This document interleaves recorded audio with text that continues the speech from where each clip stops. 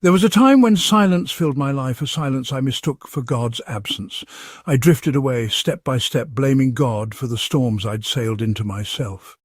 The distance I felt wasn't God's doing, it was the result of my own choices and doubts. I stopped praying, stopped reading, convinced I was alone. Yet, in the quiet, a faint hope persisted. Maybe God hadn't moved at all. The truth dawned, God never left me. I was the one who walked away. Admitting this was the first step back toward home. The prodigal son's story mirrors my own. He left home chasing freedom only to find emptiness. When everything fell apart, he remembered his father's house.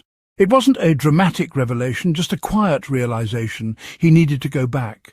Repentance isn't about perfect faith, it's about turning around, even when you feel unworthy. The journey home begins with humility, admitting our way didn't work. It's not about knowing what awaits, but knowing you can't stay lost. Sometimes the bravest thing is simply deciding to go home.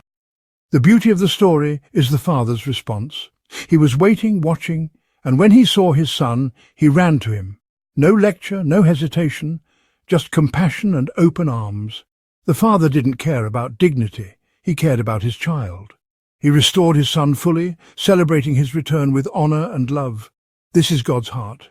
Not just forgiveness, but restoration. No matter how far you've wandered, God's grace is bigger than your failure. He doesn't just accept you back, he celebrates you. All he wants is for you to come home. Maybe you feel far from God, burdened by shame or regret. The truth is, the door is still open and the Father is waiting.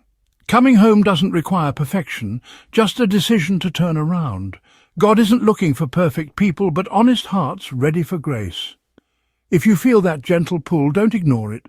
It's time to leave emptiness behind and accept the invitation to come home. The Father is running toward you. Will you run to him? You can make that choice right now, wherever you are. If you're ready, pray, Father, I've been far from you. I need you. Please forgive me. I'm coming home. Thank you for welcoming me with open arms. Amen. Let us know if you've made this choice. We want to celebrate with you.